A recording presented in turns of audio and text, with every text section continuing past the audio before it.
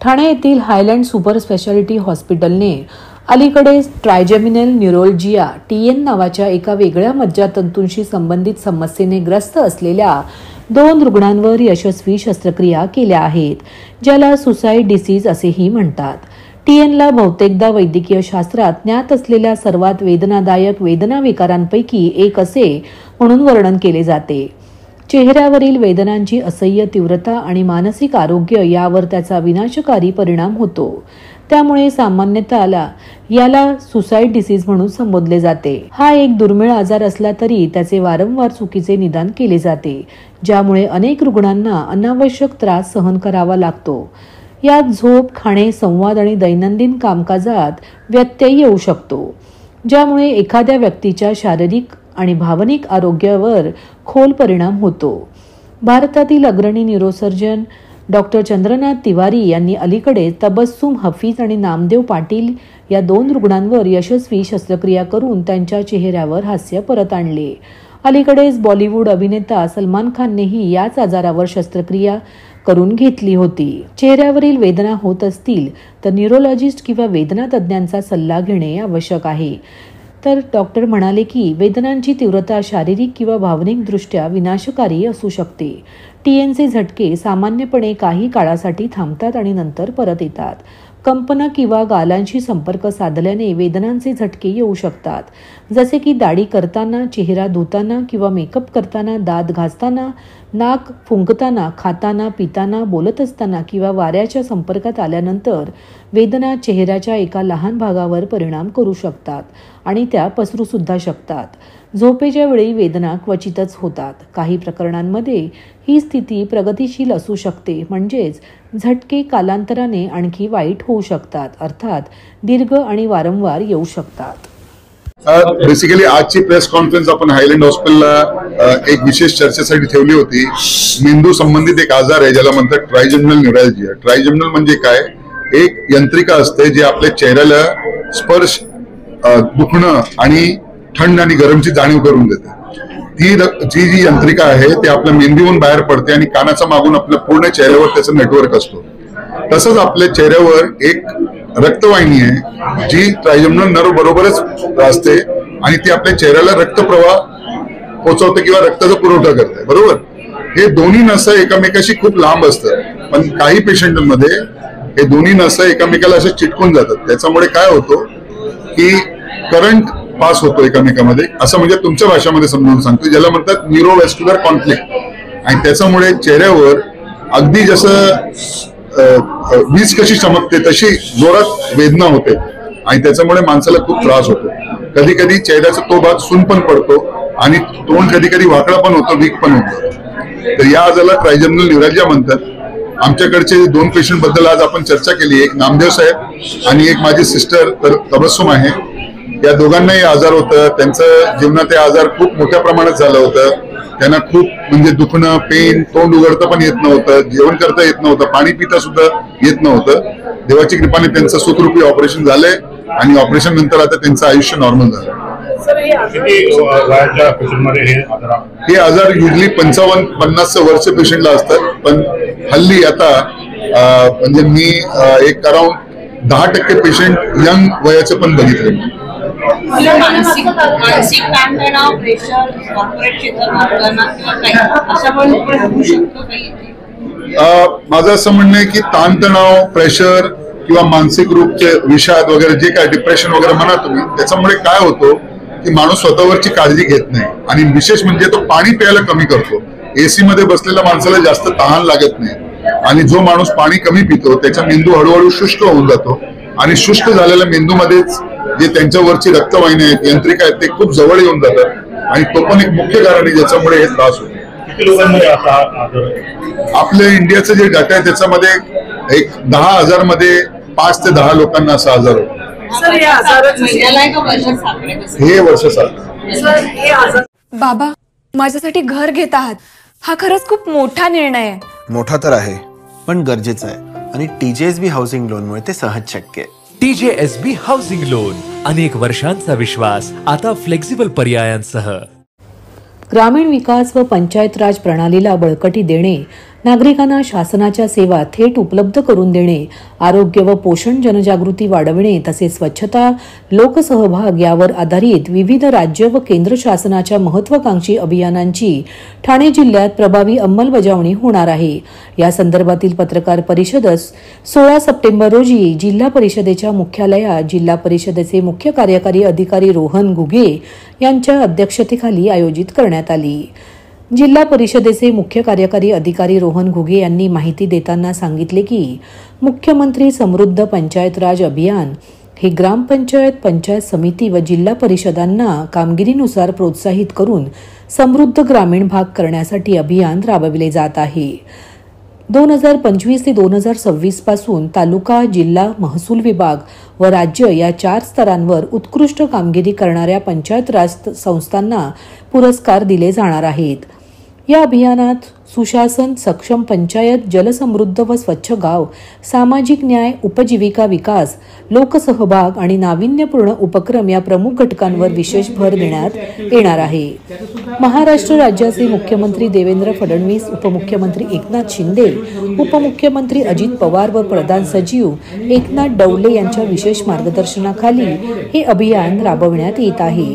ग्रामपंचायत, बांधकाम, शिक्षण, महिला व बालकल्याण, पशुसंवर्धन, DRDA, MSRLM, महसूल, कृषी, समाज कल्याण, आरोग्य, पाणी पुरवठा, स्वच्छ भारत मिशन, जलसंधारण, मनरेगा अशा विविध विभागांचा सहभाग घेऊन तालुका स्तर व ग्रामस्तरावर विविध पुरस्कार मिळवण्यासाठी संबंधित यंत्रणेमार्फत योग्य कार्यवाही केली जाणार आहे। जिल्हा स्तरावरील अभियान शुभारंभ ग्रामपंचायत खोणी पंचायत समिती कल्याण येथे 17 सप्टेंबर रोजी सकाळी आयोजित करण्यात आला आहे।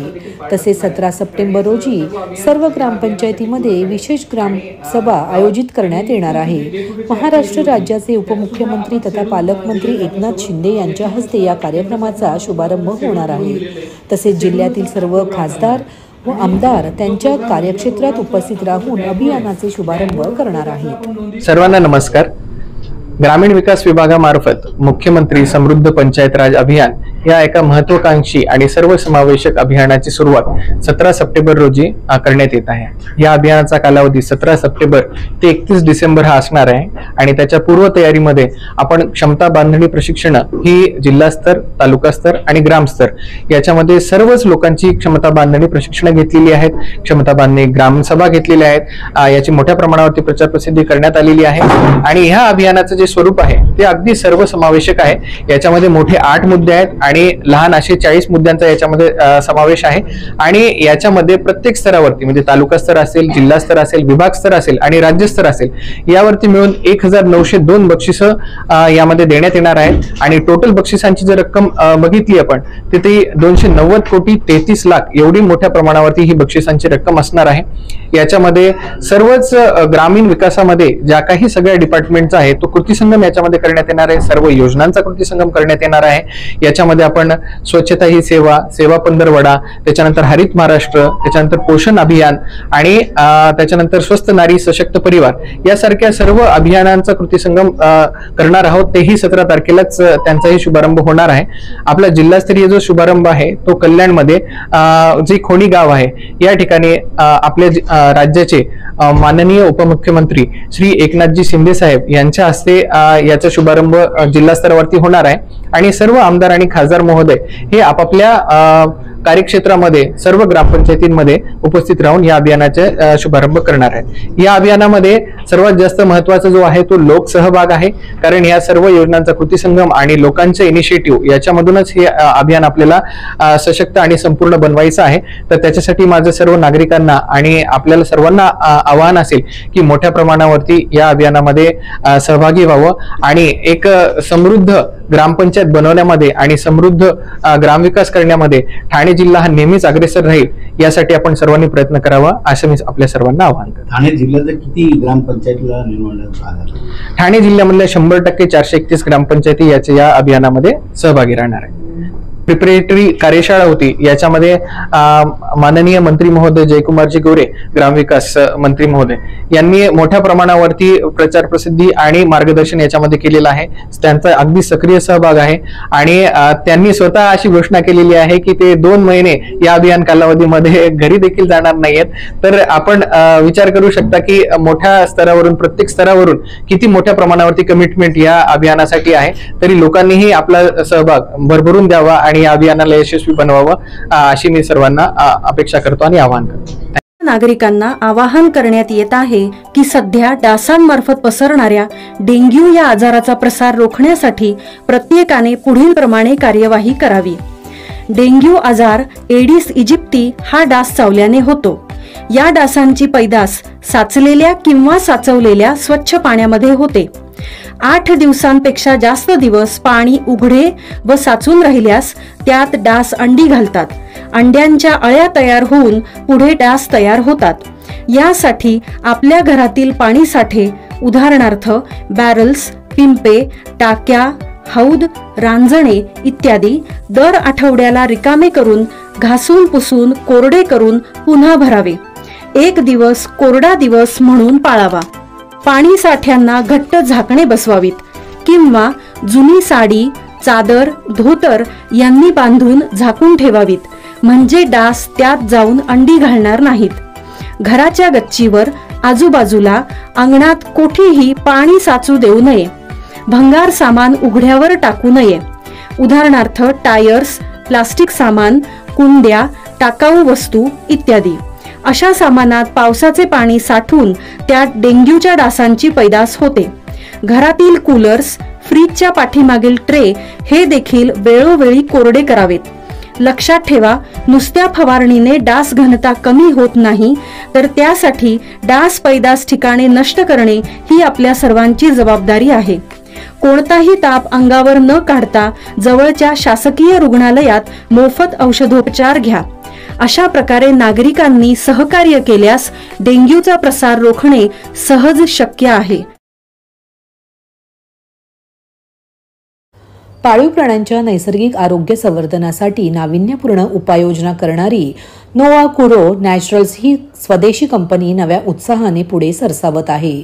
तिच्या प्रमुख उत्पादनापैकी कुलसिम थंडावा देणारे अँटीसेप्टिक मिस्ट आणि ओ नो पेन वेदनाशामक हर्बल उपाय यांच्या यशस्वी लॉन्चनंतर आता कंपनी पाळीव प्राण्यांच्या स्टाईलच्या जगात पाऊल टाकत आहे.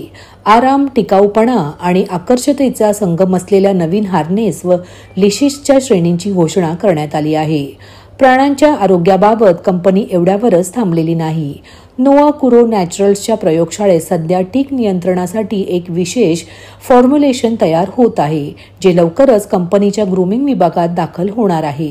हे नाविन्यपूर्ण उत्पादन सुरक्षित, नैसर्गिक आणि विज्ञाननिष्ठ देखभालीच्या वचनाला अनुसरून पाळीव प्राण्यांना परजीवींपासून दूर ठेवणार आहे.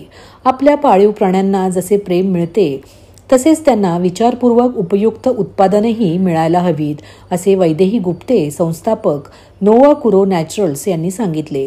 आम्ही प्रत्येक नवीन उत्पादनासह केवळ शेल्फवरील वस्तू वाढवत नाही, तर पाळीव प्राण्यांचे जीवन, खेळ व आरोग्य सुधारण्यासाठी पावले उचलत आहोत, असेही त्यांनी सांगितले. एक प्राणी किंवा प्रत्येक जीव हा महत्वाचा आहे, म्हणून आपण आपल्या घरच्या जसं माणसांची काळजी घेतो तशीच आपण त्याच प्रेमाने आणि त्याच ग्रॅव्हिटीने आपण प्राण्यांची पण काळजी घेतली पाहिजे. आणि खूप महाग नाहीये असं लोकांना वाटतं की एक कुत्रा आपल्या घरी असणं खूप महाग आहे, पण ते भाज्या खातात, चिकन खातात, सारखे आपले घरचे छोटे छोटे नुसके असतात ते त्यांना जमतात. म्हणून एक कुत्रा घरी ठेवल्यानंतर आपल्याला खूप खर्च येतो असं पण नाहीये, हे थोडंसं मिसकन्सेप्शन आहे. पण चांगली एक एनर्जी मिळते. आमचे ह्युमन प्रोडक्ट्स बरोबर मला पेट प्रोडक्ट्स मध्ये सिम्बामुळे याचा स्कोप मिळाला, आणि जे पण बाकीचे आमचे पेट पेरेंट्स जे आलेत किंवा बाकीचे आहेत, एक खूप चांगली कम्युनिटी आहे आमची. कोणकोणते प्रोडक्ट यावेळेला आपण लॉन्चिंग करतो? आता आम्ही पेट हार्नेस आणि पेट लीड लॉन्च करतोय, म्हणजे जे बॉडी हार्नेस आहेत जे सॉफ्ट आहेत, किंवा आमचे जे लीश म्हणतात. सो बरेच लीशचं काय होतं ना, हे सुटतं, मग कुत्रे पळतात. तर हे आम्हाला चांगलं करायचं होतं. ह्याचं जे आपल्याला लागणार नाही ते ना लागणार नाही. तर आम्ही बरेच 4-6 महिने थोडासा रिसर्च करून ट्रायल अँड एरर करून आम्ही केलेले आहेत. टिक्सचं आमचं येत आहे, ओनो टिक म्हणून आमचं लवकर लॉन्च होईल. आणि कूल सिम आणि ओनो पेन आमचं गेले थोडे महिने आहे मार्केटमध्ये आणि चांगलं करतंय. काय आव्हान कराल जे पेट प्रेमी आहेत, कशा प्रकारे आपण या सगळ्या गोष्टी अप्रोच व्हायला? सो कूल सिम ना उन्हाळ्यामध्ये खूप त्रास होतो कुत्र्यांना.